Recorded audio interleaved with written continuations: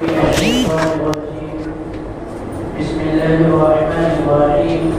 ألا لعنة الله على الكاذبين. صدق الله العظيم.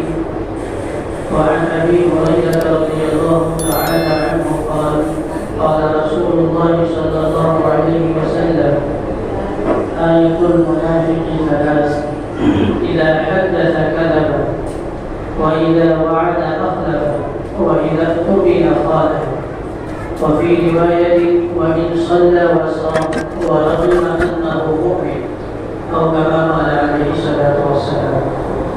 قابل قدر مصليان الكرام، محترم بزرگوں، نوجوان دوستوں اور عزیز ساتھیوں، جو بات جیسی ہو اور جس طرح کی ہو، اس بات کو اسی طرح سے ویسے ہی طریقے پر کہنا، یہ سچ کہنا ہے.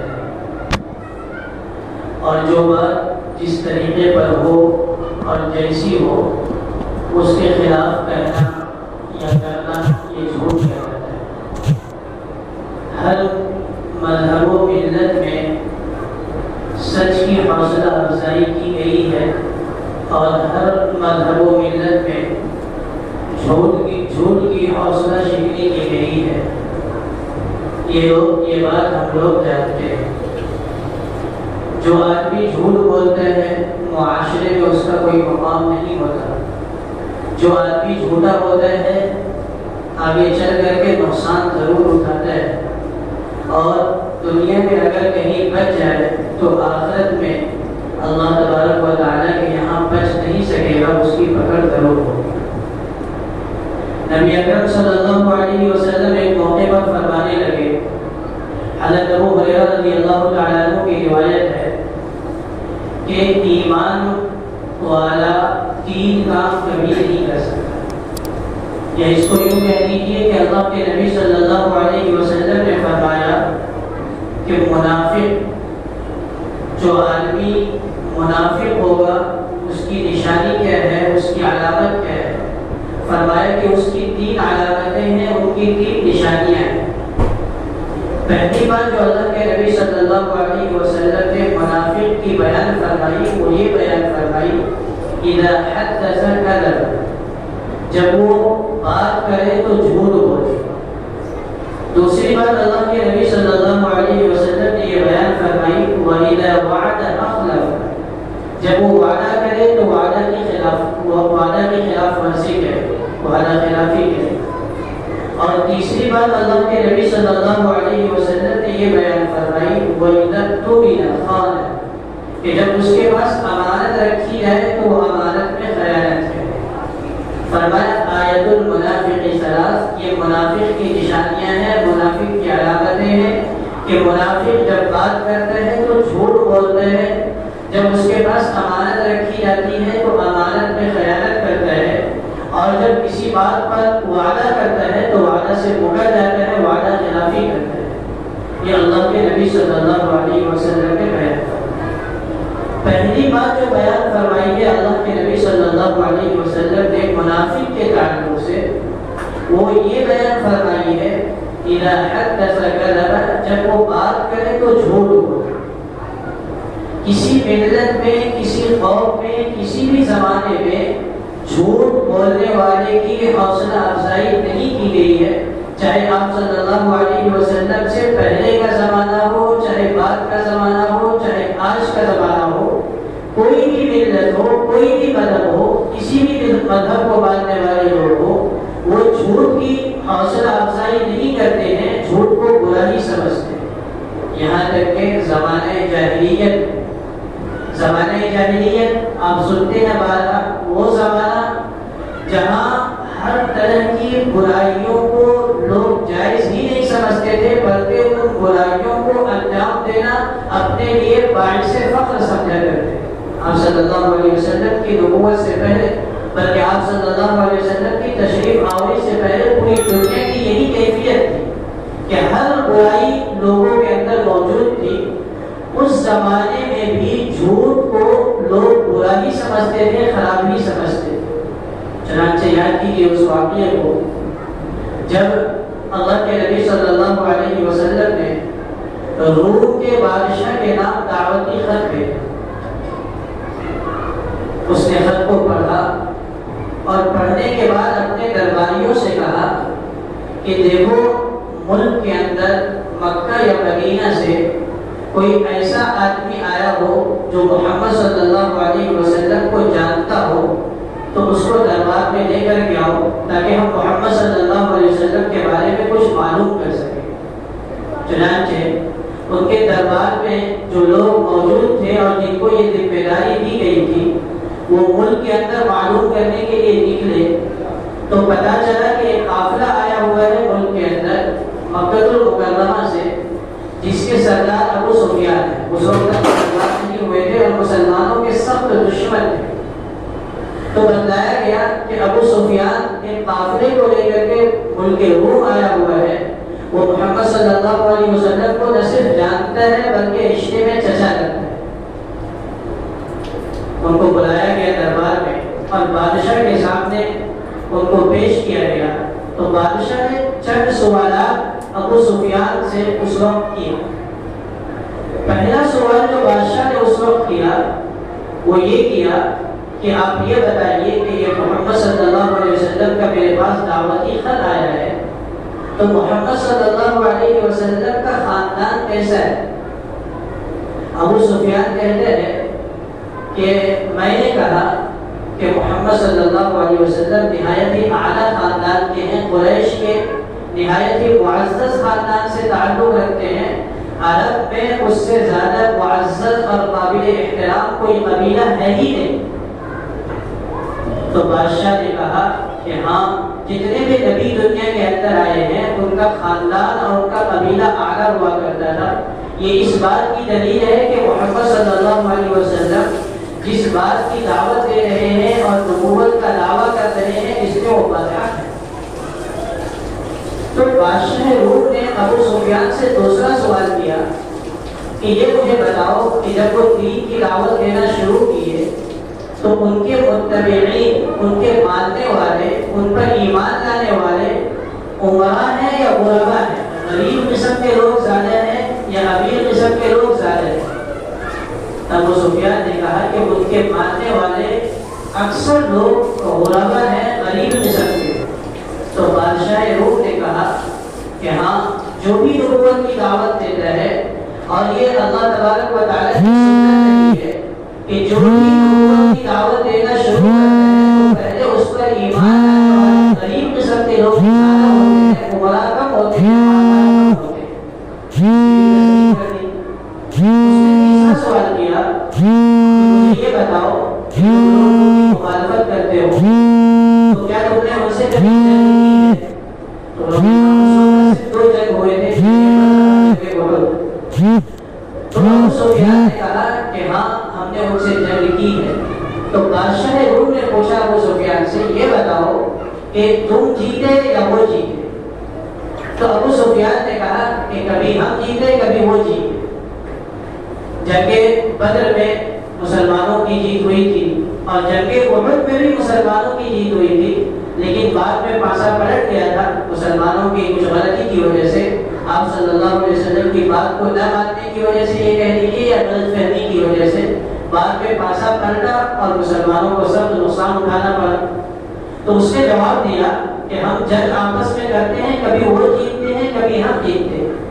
تو بادشاہ روم نے کہا، کیونکہ بادشاہ تھا، دنیا دیکھا ہوا تھا، پڑھا لکھا تھا، اس نے کہا کہ ہاں یہی ہوتا ہے جب کوئی نبی دعوت لے کر کے آتا ہے اور قوم سے مقابلہ کرتا ہے تو اللہ مکمل اسے یابی نہیں دیتے بلکہ کبھی جیت کبھی کو دکھاتے ہیں اور کبھی ہار سے بھی ان کا سامنا کرنا ہوتا ہے.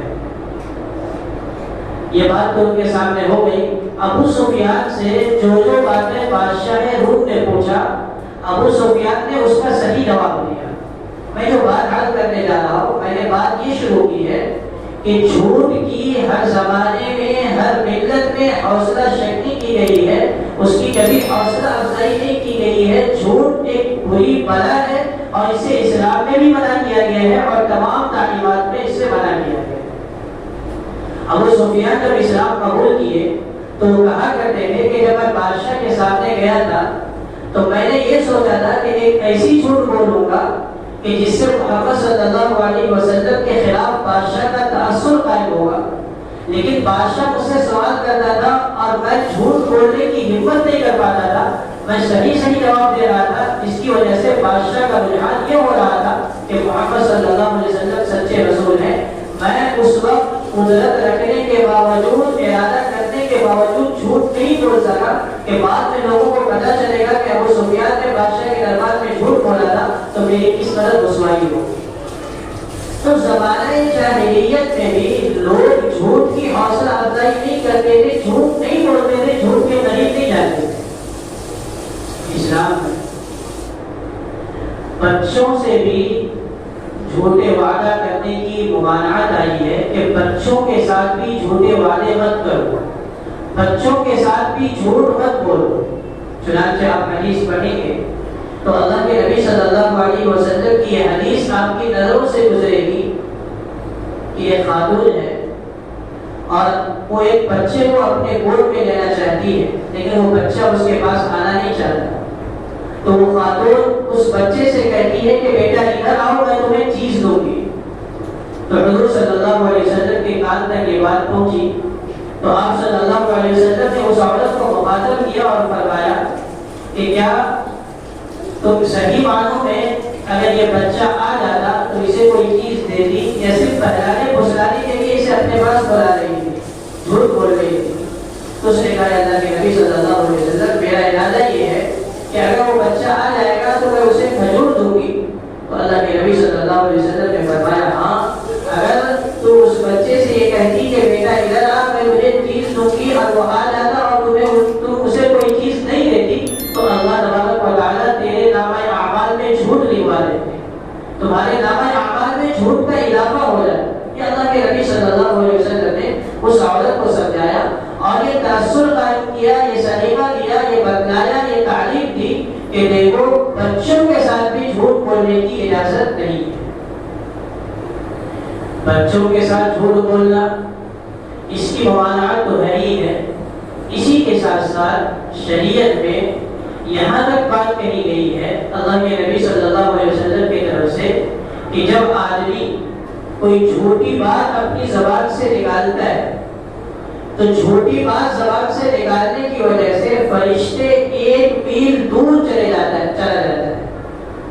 فرمایا اذا كذب العبد تباعد عنه الملك میلا من نتن اذا جاء به، کہ جب آدمی اپنی زبان سے جھوٹ نکالتا ہے تو اس کے منہ سے ایسی بدبو نکلتی ہے کہ اس بدبو کی وجہ سے فرشتہ 1 میل دور تک چلا جاتا ہے، اس کے قریب فرشتے نہیں رہتے، فرشتے بدبو کو محسوس کرتے ہیں۔ ہم اب جھوٹ بولتے ہیں معاشرے کے اندر اور جھوٹ سنتے ہیں لیکن ہمیں بدبو محسوس نہیں ہوتی، لیکن اللہ کے وہ بلانی مخلوق اسے بدبو محسوس ہو جاتی ہے جب ہم میں سے کوئی جھوٹ بولتا ہے اور فرشتے اسے محسوس کر کے دور چلے جاتے ہیں۔ اسی لیے حضرت عائشہ صدیقہ رضی اللہ تعالیٰ عنہ فرمایا کرتی تھی کہ اللہ کے نبی صلی اللہ علیہ وسلم کو جھوٹ سے زیادہ کوئی عادت ناپسند نہیں تھی، سب سے زیادہ جو عادت اللہ کے نبی صلی اللہ علیہ وسلم کو ناپسند تھی وہ جھوٹ کی عادت تھی۔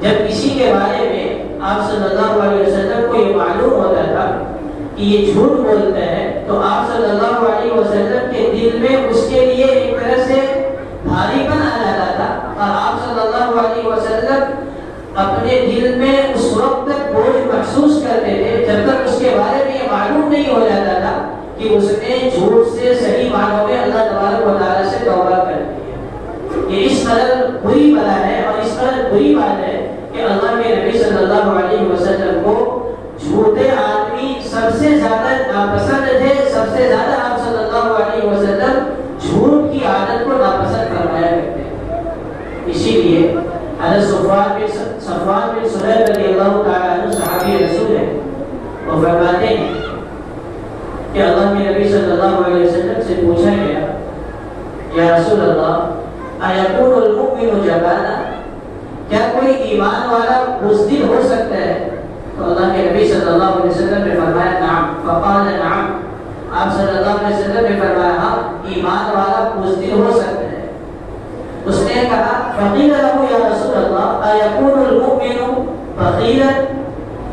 پھر پوچھا گیا اللہ کے رسول صلی اللہ علیہ وسلم کیا ایمان والا بخیل ہو سکتا ہے؟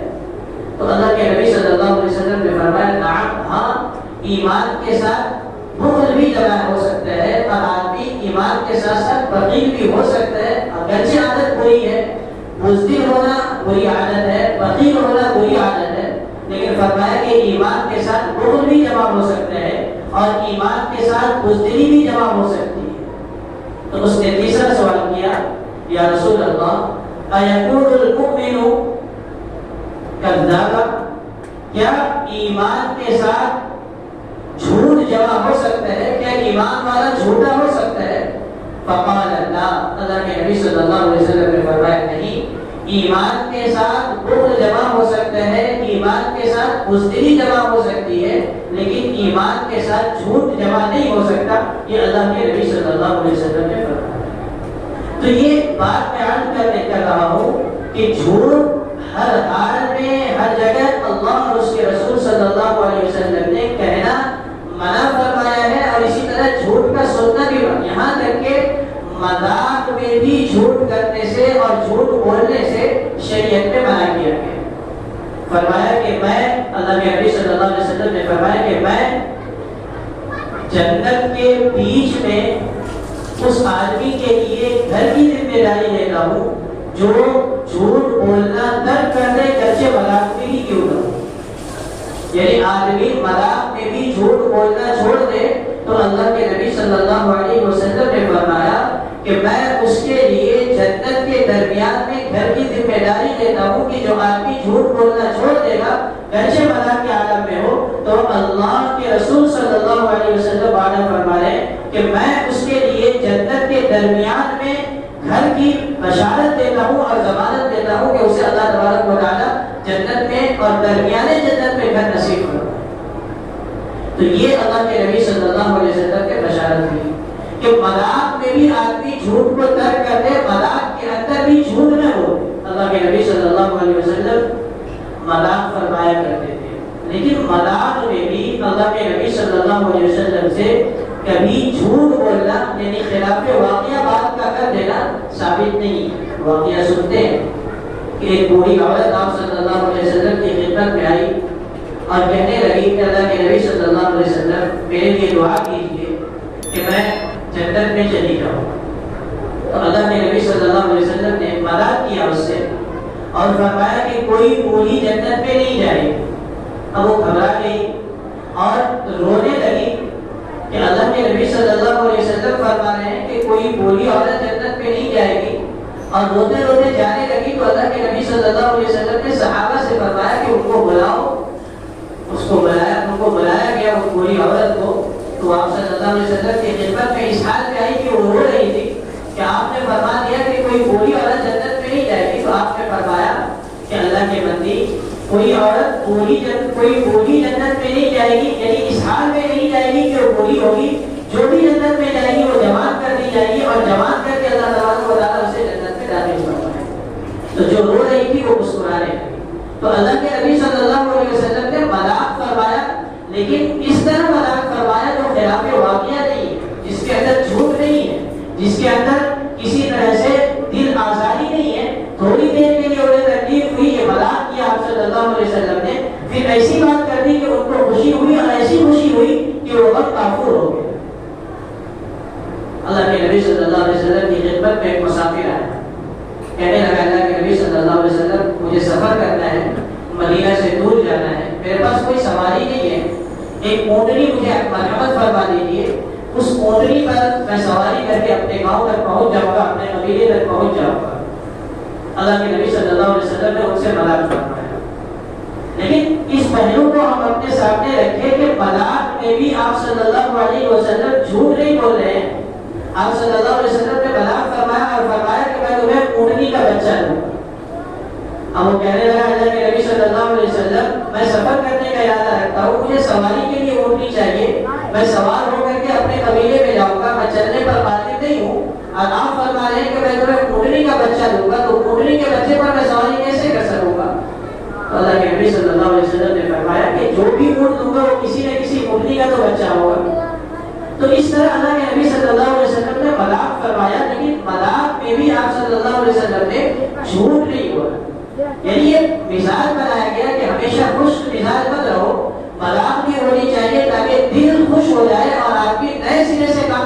لیے تیار ہو گئے. بہت مشہور واقعہ ہے، بات نکل رہی ہے، وقت ہے میں عرض کر دوں کہ حضرت علی رضی اللہ تعالیٰ عنہ اور دیگر صحابہ کے ساتھ آپ صلی اللہ علیہ وسلم کسی کے یہاں دعوت میں، اور عام طور پر آٹو میں کھجور وغیرہ کی دعوت دی جاتی تھی. کسی کے باغ میں کھجور پک گئے تو وہ کھجور توڑ لیا کرتے تھے اور صحابہ کرام کو نبی اکرم صلی اللہ علیہ وسلم کو دعوت دیتے باغ میں بلا لیا کرتے تھے. اب ٹھنڈی ہوا چل رہی ہے باغ کے اندر، گرمی کا موسم ہے اور کھجور کو رکھ دیا گیا، ٹھنڈے پانی کا انتظام کر دیا گیا، بس یہی دعوت ہوا کرتا. تو اس طرح کی دعوت آپ صلی اللہ علیہ وسلم کو دی گئی. صحابہ کرام کے ساتھ آپ صلی اللہ علیہ وسلم وہاں موجود ہے اور آپ صلی اللہ علیہ وسلم نے کھجور کھانا شروع کیا. حضرت علی رضی اللہ تعالیٰ عنہ بازو میں بیٹھے ہوئے ہیں. کھجور کھا کر کے آپ صلی اللہ علیہ وسلم اپنی گھٹلیاں حضرت علی رضی اللہ تعالیٰ عنہ کے سامنے رکھتے جا رہے ہیں. حضرت علی رضی اللہ تعالیٰ عنہ کی توجہ اس طرف نہیں ہے. جب کھانے سے فارغ ہو گئے تو حضرت علی رضی اللہ تعالیٰ عنہ نے حضرت علی رضی اللہ تعالیٰ عنہ سے حضور اکرم صلی اللہ علیہ وسلم نے فرمایا کہ علی، مذاق کرنے کے لیے آپ نے ایک کام کیا تھا کہ ان کے سامنے تمام گھٹلیاں رکھ دی تھی. فرمایا علی تمہیں کس قدر بھوک لگی ہوئی تھی کہ اتنے سارے کھجور کھا گئے، اتنی گھٹلیاں تمہارے سامنے ہیں. تو حضرت علی رضی اللہ تعالیٰ عنہ بھی بہت حاضر دماغ تھے. وہ کہنے لگے اللہ کے نبی صلی اللہ علیہ وسلم صحیح معنوں میں مجھے بھوک لگی تھی اور میں نے اس قدر کھجور کھا لیا، لیکن اللہ کے نبی صلی اللہ علیہ وسلم آپ کو کس قدر بھوک لگی تھی کہ آپ نے گھٹلی بھی نہیں چھوڑا. آپ صلی اللہ علیہ وسلم نے گھٹلی ان کے سامنے رکھی تھی ان سے مذاق کرنے کے لیے کہ علی کس قدر کھجور آپ نے کھا لی. حضور صلی اللہ علیہ وسلم حضرت علی رضی اللہ تعالیٰ عنہ نے آپ صلی اللہ علیہ وسلم سے مذاق کیا کہ حضور میں تو اس قدر کھجور کھایا، مجھے صحیح معنوں میں بھوک لگی تھی، اس قدر گھٹلیاں جمع ہوئی میرے سامنے، لیکن آپ کو اس قدر بھوک لگی تھی کہ آپ کھجور کے ساتھ گھٹلیاں بھی کھا گئے، آپ کے سامنے ایک بھی گھٹلی موجود نہیں. تو آپ صلی اللہ علیہ وسلم نے اپنا مزاج اور صحابہ کرام رضوان اللہ علیہ اجمعین کا مزاج بنایا تھا مذاق کرنے کا، لیکن مذاق کے اندر بھی جھوٹ بولنا کہ آپ صلی اللہ علیہ وسلم کی تعلیمات میں شامل نہیں. کسی بھی حال میں آپ صلی اللہ علیہ وسلم نے جھوٹ بولنے کی اجازت نہیں دی. ہر چند مواقع ایسے ہیں جہاں پر جھوٹ بولنے کی اجازت بقدر گنجائش دی گئی ہے، ضرورت دی گئی ہے، ضرورت کی وجہ سے دی گئی ہے. ایک آدمی ہے اور جان پر خطرہ بتایا ہے کہ اگر وہ اس موقع پر جھوٹ نہیں بولے گا تو اس کی جان چلی جائے، تو شریعت اجازت دیتی ہے کہ اس موقع پر جھوٹ بول لے اور اپنی جان کو بچائے. ایک آدمی ہے جو شدید تکلیف میں مبتلا کیے جانے کا اندیشہ رکھتا ہے اور جھوٹ بولے گا تو بچ سکتا ہے، تکلیف سے بچ جائے گا، مصیبت کا شکار نہیں ہوگا، تو شریعت اجازت دیتی ہے کہ ہاں اس موقع پر جھوٹ بول کر کے تکلیف سے اپنے آپ کو بچا لے. دو آدمی کے درمیان جھگڑا ہے اور مجھے پتا ہے کہ دونوں کے درمیان جھگڑا ہے، اس سے ایک اچھی بات کہوں گا، اس سے ایک اچھی بات کہوں گا تو دونوں کے درمیان صلح ہو جائے گی، گرچہ جھوٹ ہے. تو فرمایا کہ صلح کرانے کے لیے بھی جھوٹ بولنے کی اجازت دی گئی. تو تین مواقع ایسے ہیں آدمی کو جان کا خطرہ ہو، سخت تکلیف کے پہنچنے کا اندیشہ ہو اور دو لوگوں کے درمیان یا میاں بیوی کے درمیان صلح کرانے کی نوبت آئے، تو ایسے موقع پر آدمی اگر جھوٹ بول دے تو اس کی گنجائش دی گئی ہے. لیکن یہاں بھی یہ ہدایت کی گئی ہے کہ بالکل صاف اور صحیح جھوٹ نہ بولے، اس طرح بات کرے کہ بات گول مول ہو کر کے ختم ہو جائے، صریح طور پر جھوٹ نہ ہو. حضرت ابو بکر صدیق رضی اللہ تعالیٰ عنہ ہجرت فرمانے نبی اکرم صلی اللہ علیہ وسلم کے ساتھ آپ سنتے رہتے ہیں کہ کفار مکہ نے یہ اعلان کیا تھا کہ جو حضور صلی اللہ علیہ وسلم کو نعوذ باللہ گرفتار کرے گا اسے 100 اونٹ انعام میں دیا جائے. لوگ ڈھونڈنے کے لیے نکلے تھے.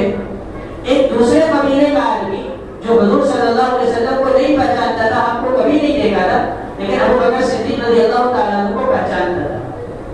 اس نے حضرت ابو بکر صدیق رضی اللہ تعالیٰ عنہ کو دیکھا تو پوچھا کہ آپ کے ساتھ کون ہے؟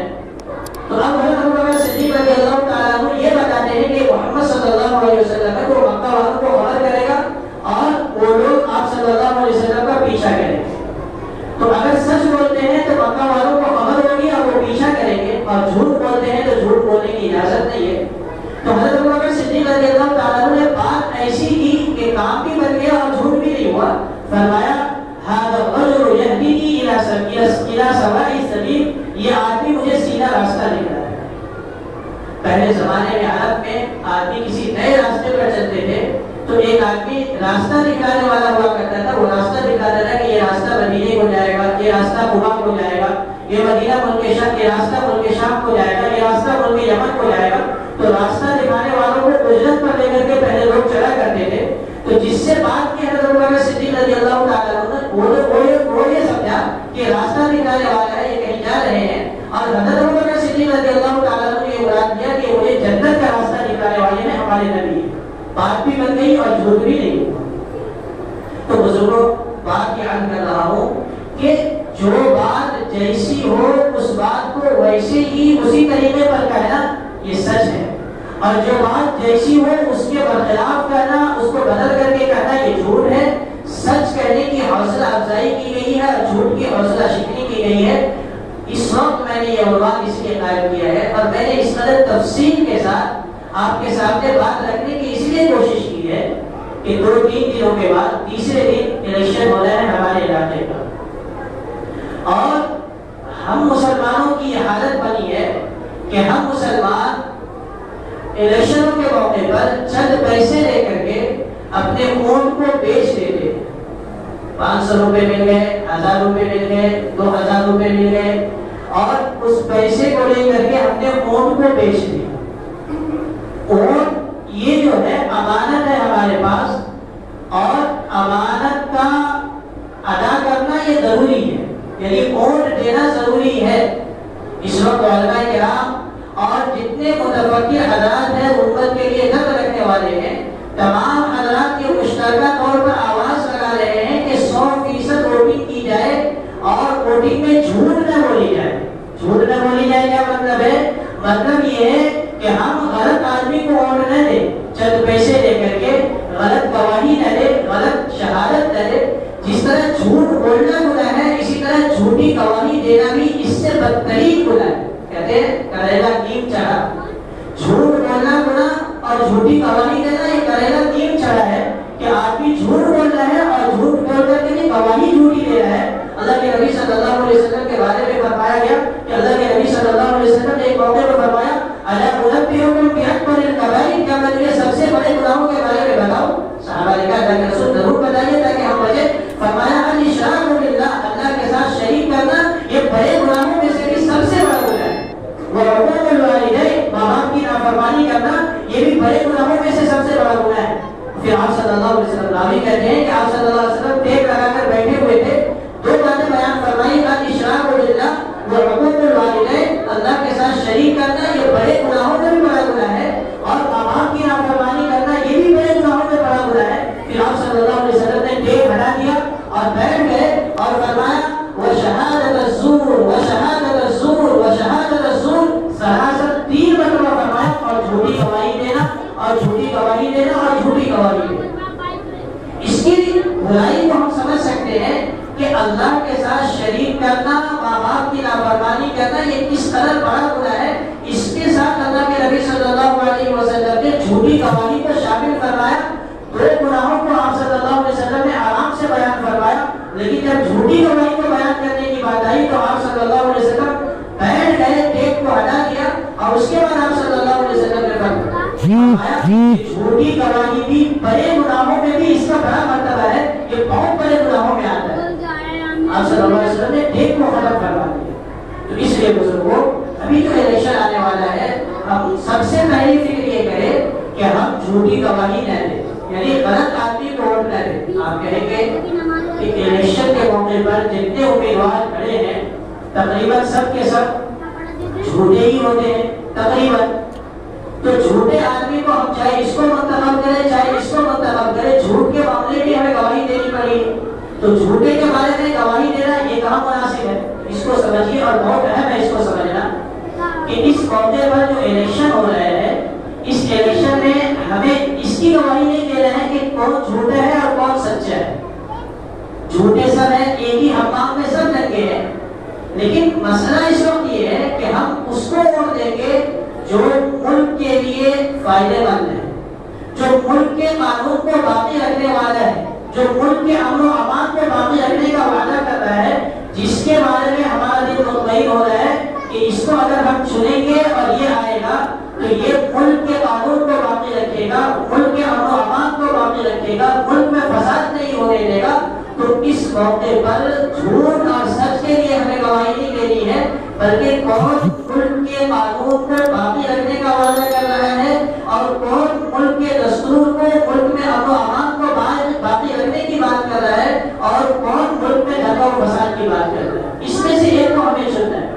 فقہ کا اصطلاح میں کہتے ہیں احول البلیتین، دو مصیبتیں ہیں، دو مصیبتوں میں سے ایک مصیبت کو، چھوٹی مصیبت کو اختیار کرنا۔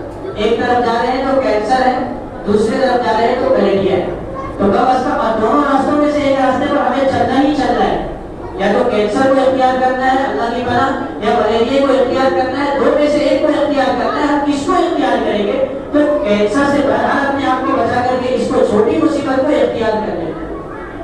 تو جو آدمی ملک میں امن و امان کی بات کرتا ہو، جو آدمی یہ وعدہ کرتا ہو کہ ہم پالیسیاں بنائیں گے تو مسلمانوں کے خلاف پالیسیاں نہیں بنائیں گے، ہم اس کو اس مرتبہ پہلے قدم کے طور پر منتخب کریں گے گرچہ وہ جھوٹا ہو۔ آپ کہیں گے کہ مسجد کے اندر سیاست کی بات ہو رہی ہے، بزرگوں یہ سیاست کی بات نہیں ہے۔ اس وقت ملک دعوت و تبلیغ کے اکابرین، علماء کرام اور ملک کی فکر رکھنے والے آواز لگا رہے ہیں کہ اگر آپ نے اس مرتبہ کوتاہی برتی اور ووٹ نہیں دیا تو اللہ تبارک و تعالیٰ کے یہاں مجرم گردانے جاؤ گے۔ ووٹ دینا اس وقت واجب کے درجے میں ہے۔ مسئلہ کسی کو چننا اور نہ چننے کا نہیں ہے، بلکہ مسئلہ یہ ہے کہ اگر ہم نے صحیح طریقے پر اپنے حق کا استعمال نہیں کیا تو ہماری نسلیں ایمان کے لیے ترس جائے گی، ہماری نسلیں آزاد کے لیے ترسے گی۔ ہم قرآن پڑھنے کے لیے ترس سکتے ہیں، اللہ کے ہاتھ میں دنیا دارالاسباب ہے، ہم اللہ کی طرف رجوع بھی کریں گے، لیکن جو اختیار میں ہمارے ابابیل، عبد المطلب نے کہا تھا اس موقع پر جب ابراہیم نے کہا تھا کہ ہم کعبۃ اللہ کو ڈھانے کے لیے آئے ہیں، تو عبد المطلب نے کہا تھا کہ یہ بیت اللہ ہے، یہ اللہ کا گھر ہے، اونٹ ہمارے ہیں، ہم اونٹ کی حفاظت کرنے کے مکلف ہیں، اللہ اپنے گھر کی حفاظت فرمائیں گے۔ ہم اس وقت صرف ووٹ دینے کے اختیار ہیں اور یہی ہمارے اختیار میں ہے، ہم ووٹ دے دیں گے، کون جیتتا ہے کون ہارتا ہے یہ ہمارے اختیار میں نہیں ہے، یہ اللہ کا فیصلہ ہوگا اور اللہ ہمارے حق میں جو فیصلہ فرمائیں گے وہ ہمیں منظور ہوگا۔ لیکن بزرگوں پہلے موقع پر ہمیں ووٹ دینا ہے اور 100% ووٹنگ کرنی ہے، یہ ہماری ملت کا مسئلہ ہے، ہماری نسلوں کا مسئلہ ہے۔ ایک موقع ایسا تھا 10 سال پہلے کہ ہم ریلوے اسٹیشنوں پر کھڑے ہو کر کے نماز ادا کر دیا کرتے تھے۔ ٹرینوں میں جب نماز کے لیے کھڑے ہوتے تھے تو غیر مسلم بھائی اور بہن جو ہوا کرتے تھے وہ احترام میں ایک طرف ہو جایا کرتے تھے کہ مسلمان یہ نماز ادا کرنے والے ہیں، اور جب ہم نماز ادا کر کے فارغ ہوتے تھے تو اپنے بچوں کو سامنے کر دیا کرتے تھے کہ آپ نے نماز ادا کی، ہمارے بچوں کو بھوک دی۔ 10-12 سال پہلے یہ ماحول تھا، لیکن آج یہ ماحول بنایا گیا ہے کہ ہم ریلوے اسٹیشنوں پر نماز بھی ادا کر سکتے ہیں۔ ٹرین میں نماز ادا کرنے کے لیے اگر کوئی ڈر کر کے کھڑا ہوتا ہے تو اسے یہ ڈر ہوتا ہے کہ کس طرف سے آ کر کے کوئی حملہ کر دے، معاملے چیک کر دے۔ یہ صورتحال بنی ہوئی ہے بزرگوں۔ تو میں یہ کہہ رہا ہوں کہ مسجد کے اندر سیاست کی بات نہیں، بلکہ بزرگوں اس وقت اپنے آپ کو بیدار کرنا۔ میں کسی سیاسی بات کی، ہمارے اکابرین کسی سیاسی بات بھی نہیں کرتے، بلکہ اتنی متوجہ کرا رہے ہیں جیسا کہ میں نے کہا کہ دو مصیبت ہے، ہمیں یہ دیکھنا ہے کہ جتنے لوگ ہمارے علاقے میں الیکشن میں کھڑے ہوئے ہیں ان میں سے کون ملک کے حق میں بہتر ہے، کون پالیسیاں بنائے گا تو مسلمانوں کے خلاف نہیں بنائے گا۔ پالیسیاں تو جو بھی آئیں گی حکومت جس کی جائے گی مسلمانوں کے خلاف بنائیں گے، لیکن کون کھل کر کے بنائے گا اور کون ذرا ڈر کر کے بنائے گا، رک کر کے بنائے گا، کچھ ہمارے لیے اچھا بھی کر سکتا ہے، یہ ہمیں فیصلہ کرنا ہے۔ ووٹ امانت ہے، ووٹ شہادت ہے، گواہی ہے، گواہی کو صحیح طریقے پر دینا یہ ہم سب کی ذمہ داری ہے، اور گواہی کو بیچنا اس پر اللہ کے نبی صلی اللہ علیہ وسلم نے لعنت فرمائی ہے۔ اللہ تبارک و تعالی ہم سب کو اپنے امانت کو صحیح طریقے پر ادا کرنے کی کوشش کرنے کی توفیق نصیب فرمائے، اور اللہ رب العزت آنے والے حالات کو ہم مسلمانوں کے لیے، ملک کے رہنے والوں کے لیے امن و امان کا ذریعہ بنائے، اور اللہ تبارک و تعالی ہم سب کو اس ملک میں اپنے اسلام کے ساتھ، شریعت کے ساتھ، اسلامی شعار کے ساتھ، آذان کے ساتھ، نماز کے ساتھ زندگی گزارنے کے مواقع نصیب فرمائے، توفیق نصیب فرمائے۔ علامہ ابو الحسن ندوی رحمۃ اللہ علیہ فرمایا کرتے تھے، یہ آخری بات میں عرض کر رہا ہوں کہ مسلمان پنج وقتہ نماز ادا کرے، بلکہ 100% مسلمان تہجد ادا کرنے لگے، لیکن سیاسی طور پر بیدار نہ ہو تو ایک موقع ایسا آئے گا کہ مسلمانوں کے لیے اپنی مسجدوں کا بچانا دشوار ہو جائے گا۔ تو سیاسی بیداری کا ثبوت دے، کسی کے لالچ میں نہ آئے، کسی ہنگامے میں نہ آئے، بلکہ صحیح طور پر اپنے ذہن سے فیصلہ کرے کہ کس کو ووٹ دینا اس وقت ملک کے لیے، ہمارے مذہب کے لیے، ہماری ملت کے لیے اہم ہے، اس کو ہم دیں گے۔ اللہ تبارک و تعالی صحیح فیصلہ کرنے کی ہم سب کو توفیق نصیب فرمائے۔ آمین۔ وآخر دعوانا الحمد للہ رب العالمین۔